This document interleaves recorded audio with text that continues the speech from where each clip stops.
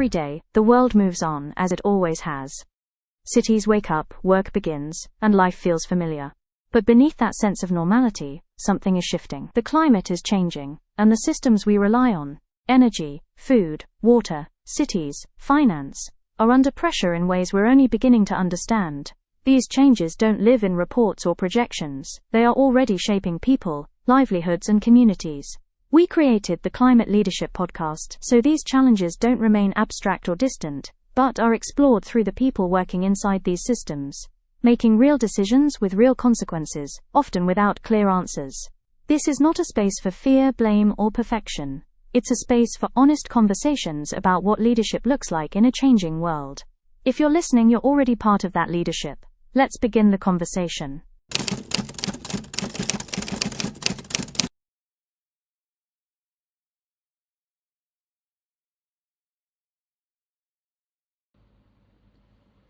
Welcome to another episode of the Climate Leadership Podcast. As climate impact accelerates, the way we use land is becoming one of the most critical and overlooked climate decisions of our time. Flooding, erosion, wildfire risk, water scarcity, and heat stress are no longer future possibilities. They are present-day realities shaping where and how we build, farm, restore, and invest. Yet, many land decisions are still made without a clear understanding of how land actually behaves, where water flows, where risk concentrates, and where nature is already sending us clear signals that are often ignored. In today's episode, Climate Smart Land Decisions Using Terrain Intelligence to Reduce Environmental and Climate Risk, we explore how better terrain insights can fundamentally improve climate outcomes on the ground. I am joined today by Mr. Mitch Rawlyk, founder and CEO of LandScope. LandScope helps. Hi, Mitch. LandScope helps land professionals access fast, intuitive, and decision-ready terrain intelligence without the complexity of traditional GIS tools. With more than a decade of experience in Earth system science, terrain analysis, and land design, Mitch works at the intersection of climate adaptation, land stewardship, and risk reduction. In this conversation, we discuss how understanding terrain can help us design with nature, avoid costly climate mistakes, and make more resilient land use decisions before a single shower hits the ground. Thank you, Mitch, for joining me today. Thank you, Amber, for that lovely introduction. You just obliterated any form of imposter syndrome I've ever experienced in my life. That was great. Thank you.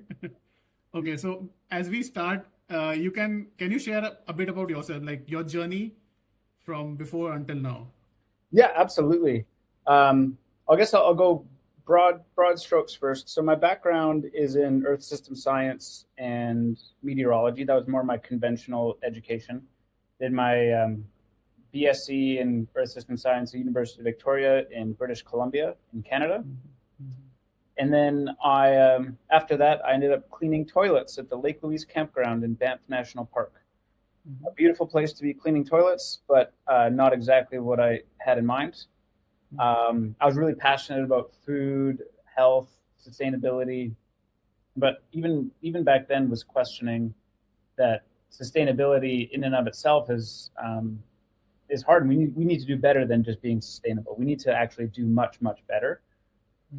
And that prompted me to obviously go do my master's, where I ended up moving to New Zealand to do that. I went to the University of Otago. And initially what I wanted to do was wind resource assessment. And then a little bit into the term my supervisor chatted with me. He's like, no one's tackled the problem of frost incidents in central Otago, which is a major wine growing region.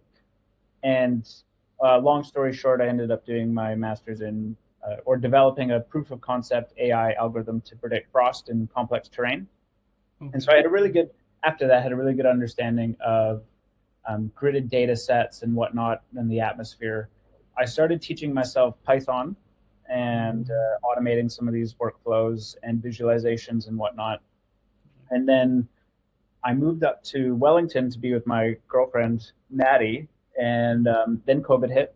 I went back to Canada, and I ended up working at a regenerative design and permaculture design education company, where I was teaching in the mapping and climate sections and teaching people the fundamentals of Earth and how to interpret it and how to really understand the landscape and read it to cultivate abundance in a lot of senses: food, energy, shelter, and kind of giving people, or attempting to give people, the glasses to look around at the landscape and say, okay, these are the cards that I've been dealt. I'm going to deal with them appropriately and make better decisions on the landscape there. And then further down the line, I ended up going off on my own journey and moving out to the middle of nowhere in central Alberta, where Maddie, spoiler alert, she moved to central Alberta, middle of nowhere. Don't know how I did convince her to do that, but now we have a 23.5 acre homestead where we're growing pretty much all our own food. We have chickens and ducks running around, dogs and cats. We're planting lots of trees, food forests, doing rainwater harvesting, setting up rain gardens, holding water back on the landscape, which is a really big, important thing to do for climate resilience. And we did have a dairy cow. We were doing rotational grazing for a while. But then this past year, we welcomed our daughter. And so we've scaled operations back a little bit because life is really busy with the baby. So that's, I guess, lifestyle where what we're up to. But through that experience, the background, I had a very long list of questions that I wanted to be answered really, really quickly. And so that's where LandScope really started coming in. It's like, I'd be thinking about, okay, well, how much of this property is facing south? What are the slope angles? What are the contours? All of these different things when you're designing and looking at a landscape, whether that be for you have purchased one and you want to do some design, you want to build with the land instead of on top of it, or you are looking at a parcel of land and asking, okay, how much risk is in here? Is this mostly just a swamp, or are the slopes too steep? Maybe in the northern hemisphere, it's nice to have some south-facing slopes, just because solar gain and having that resource available. And so I had all these questions that I wanted answered, and I leveraged all of the skills I had in my conventional background. Like, okay, this is a way that we can make that happen. So I actually started selling these mapping packages that I had automated. So all I needed was a digital elevation model. I'd just run this local program on my computer. And it came out as a Google Earth Pro package that designers, consultants, even myself could use to assess a landscape really quickly. So say if the timing worked out really, really well, and I was at my computer, say, Amber, you said, oh, Mitch, here's an area I want mapped out. I would send you the price to do it. I would check for data availability first. And then, like, if I was at my computer and I wasn't doing anything else, I could get that back to you in 10 minutes. So really, really quick in terms of traditional GIS workflows, which can take a really long time. And then I met a software engineer, Mickey, who really helped me take it to the next level. And so we built a platform. So now, at least in the United States, you can draw out an area that you want mapped out and have a full terrain analysis in 10 seconds. So, which is wild. Like contours, aspects, slope angles, drainage, where water wants to pool, and answering some of the questions like, oh, how much of this land area is actually facing south? Gives you a percentage breakdown. Elsewhere in the world where there is the LiDAR data available, I've become very familiar with how to get that LiDAR. So we've done projects in New Zealand, Australia, Poland, the UK, obviously Canada, Sweden, Switzerland, Austria, lots of places. And so we just need to find that digital elevation model and plug it in there. And in the places where there isn't that data available, or maybe you want more recent data, then you can always go fly a drone, get a digital elevation model. You can upload it straight into the platform and have that analysis done in 10 seconds. So we're really trying to make GIS fun, easy, and like as you said, actionably intuitive by really giving people the bare bones, but really granular and intuitive information to make better decisions on a landscape. Okay, so that's really interesting. So you just need the input of that area. You put it through the software, I think, which you proprietary for you, you developed it, and then you get all the answers, what the client needs. Yeah, exactly. More than what the client needs. Like it's so much. It's a lot of information, but it answers so many questions. It gives you the lay of the land, and the best part about using the LiDAR is we're not capturing the tree canopy. We're actually capturing the ground surface of the ground. So you're getting really accurate and actionable information of the actual surface. Okay, and this data is coming through satellites, or how is that data collected? So LiDAR LiDAR stands for light detection and ranging. And it's generally collected through airplanes, could be helicopters, more often than not drones now too. There's LiDAR drones. And so what happens is you'd be flying a sensor. The sensor would be mounted on one of those airborne vessels. There's even, you could even do it on the ground, but let's just say for the sake of simplicity, you're flying in the air, you have the sensor shooting lasers down to the ground, and it's measuring the reflectance of that laser back to the sensor. And so it's not through satellites, not yet, at least. We don't have global coverage. And these missions are generally conducted by contractors through government. And so the government it's open access data generally that we're leveraging. Or in the case of some instances where it's the drone stuff, where you can privately get a drone mission done and have that information. Okay. Yeah. All right. So let's start with some questions. So when we talk about climate smart land decisions, what does that mean to you in practical and real world terms? That's a big question. I think how we have generally gone about making land decisions is by not considering the frame of the land itself. So one thing I always tell my clients, best place to put a pond is where a pond wants to go. The worst place to put a house or a development or anything really that requires infrastructure is where a pond wants to go. And so there's things that want wet feet. There are things that don't want wet feet. Houses, animals, humans, they don't want wet feet. But we have a tendency to just totally disregard the actual framework of the land when doing these designs and not considering, okay, well, where does the water actually want to pool? Okay, well, that would be a good place for a water feature. So let's not try to force function something there. I kid you not, I was doing a project where I was provided with a master plan of a community. And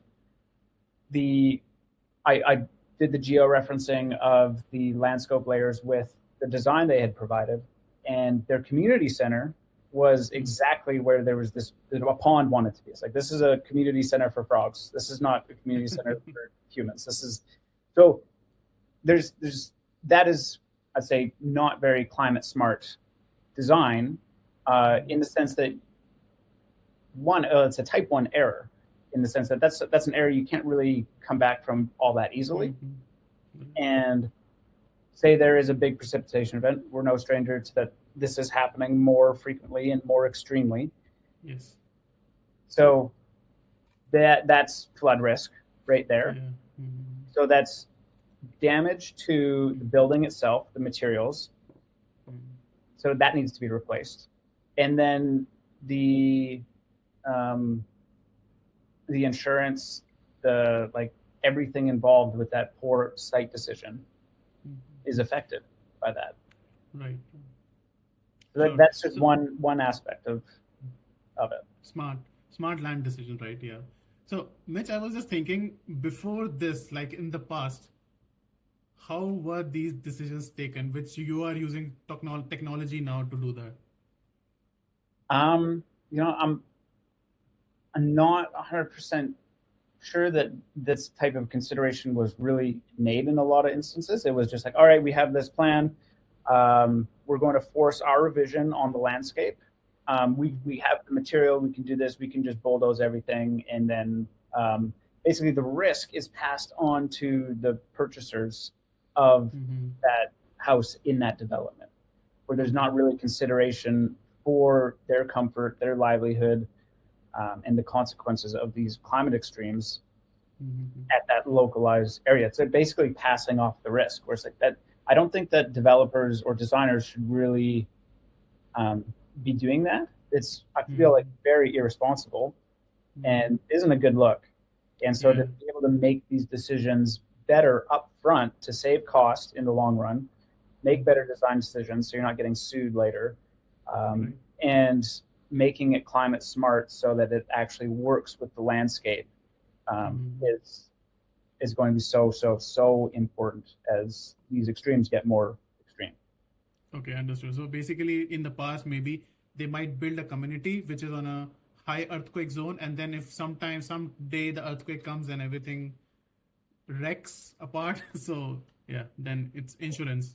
Yeah, well, with earthquakes, it's like LandScope doesn't do much with earthquakes. So you're building an earthquake zone. Then what's really important is what's underneath the surface in terms of liquefaction and the actual subsoil, because that type of subsoil will behave differently in a earthquake than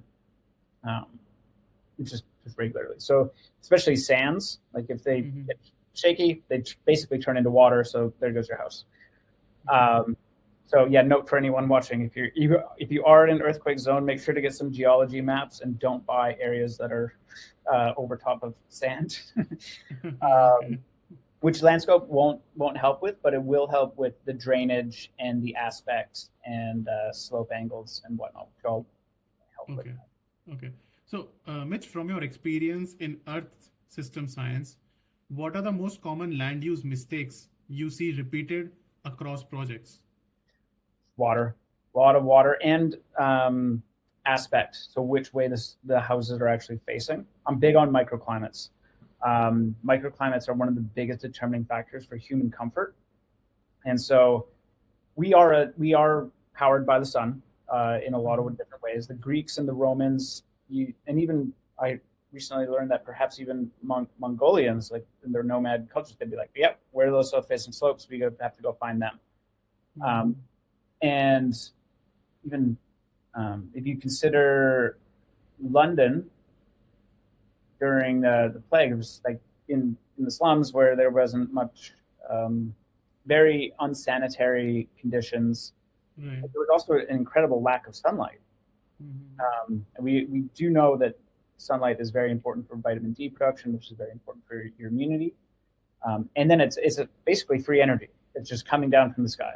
And so the Greeks and the Romans, they were very, very good at orienting their cities and their communities to be south-facing. And so that everyone, just regardless of their place in society, always had equitable access to sunlight.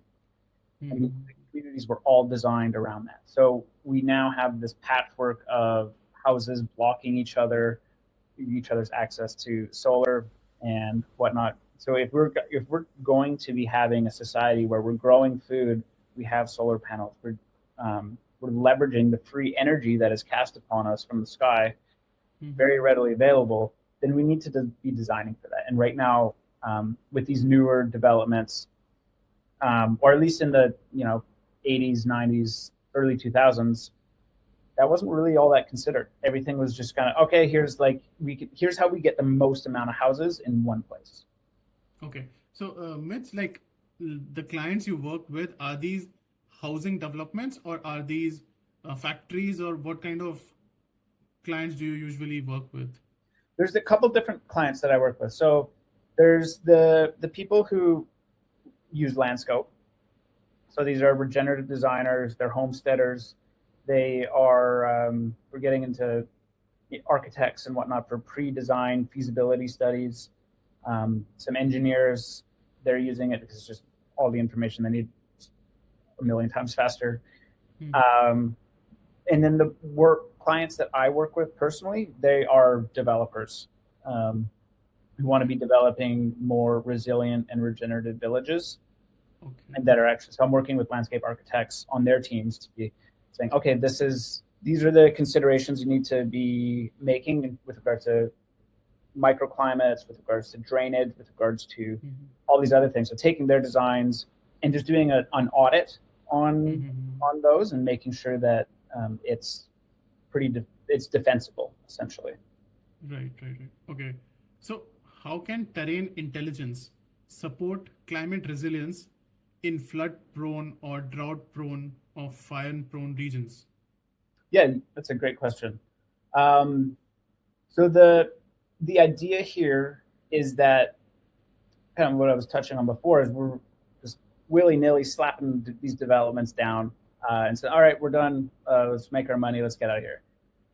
We need to flip that script and to be able to actually work with the land with an appropriate design. It takes having that information.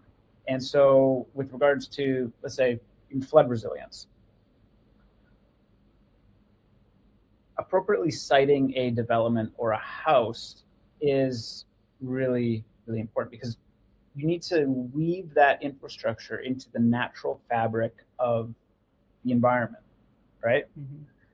And so having that terrain intelligence is really important because, like, as I was saying before, put a pond or a water feature where one wants to go. When we have these really extreme scenarios, whether that's floods or droughts, that's two sides of the same coin.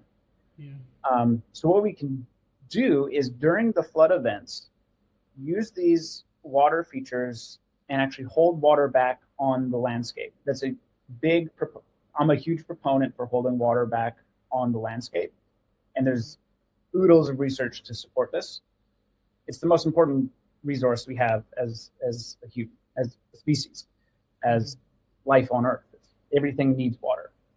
And there are myriad benefits to holding water back on the landscape. So let's say there's a really intense precipitation event. And I'm going to go with smaller scale even here. So let's consider the fact that let's say, what's the average size of a roof in London? Houses there are small. Let's just say 100 meters squared, or 200 meters squared. And a really big precipitation event, let's say 10 mils, how many liters is going to be captured? That's 2,000 liters. In that like a 10 mil event, that's not that much rain in the grand scheme of things. So that's a pretty light rainstorm. There's actually in New Zealand right now, there is a really big storm happening. And so let's say a 200 meter squared roof could capture 50,000 liters of water. So when you amplify 200 meters squared to an entire landscape, like how much water can actually be harvested and stored, which buffers the response of flooding downstream from that. You hold that back on the landscape and it hydrates the landscape. Wet landscapes do not burn. And you can passively not filtered, but filtration is a natural byproduct of this process, whereby you can passively irrigate a landscape and a development to grow food, to keep the landscape cool, to like really cultivate abundance at a landscape level through a development, and turning a really large event into something that will carry you through those drought periods. And that all starts with having a good lay of the land and designing with it with the least amount of intervention as possible to make that happen. Right. Yeah, that's very true. I think I was studying this under climate adaptation scenarios where some cities in Germany are building such the systems which you shared, right? To capture that groundwater table to make sure you have water available. And then they also have trees, on the buildings, there are trees, right? In Singapore, you have that. In Berlin, you have that. So it keeps the whole atmosphere more cold Yeah. than normal, right? Yeah, there's more evapotranspiration, which is essentially the sweating of the plants. So it's cooling. There's evaporative Yes, cooling cooling happening. effect. Yeah, Yeah. right. So this is like, yeah, more eco-friendly cities, right? We are, because the more concrete you put over there, the more heating they cause, right? Yeah, it's like albedo and the thermal mass of what we're building with right now. It's like it's absorbing all of the sunlight, and then it's just slowly radiating out. So there's urban heat islands and whatnot, and then that's really amplifying a lot of the Right, heat stress of right. what we're already having because of the atmosphere as well. Yeah. So I was thinking, Mitch, that these eco-friendly cities, I have seen them in the first world countries, like you said, Austria, UK, Canada, US. Talking about countries like India or that subcontinent region, uh, do you know, or from your understanding, are there anything like this going on in those areas? Yeah, maybe not at the city slash like development level, but India is actually absolutely crushing it with holding water back on the landscape. Um, the Pani Foundation Okay. is something that is definitely worth looking into because what they're basically gamifying landscape rehydration by offering a cup, like a trophy for the community that can do this work Okay. at the broadest level and do it most effectively. It's incredible. Um, so yeah, it is kind of um,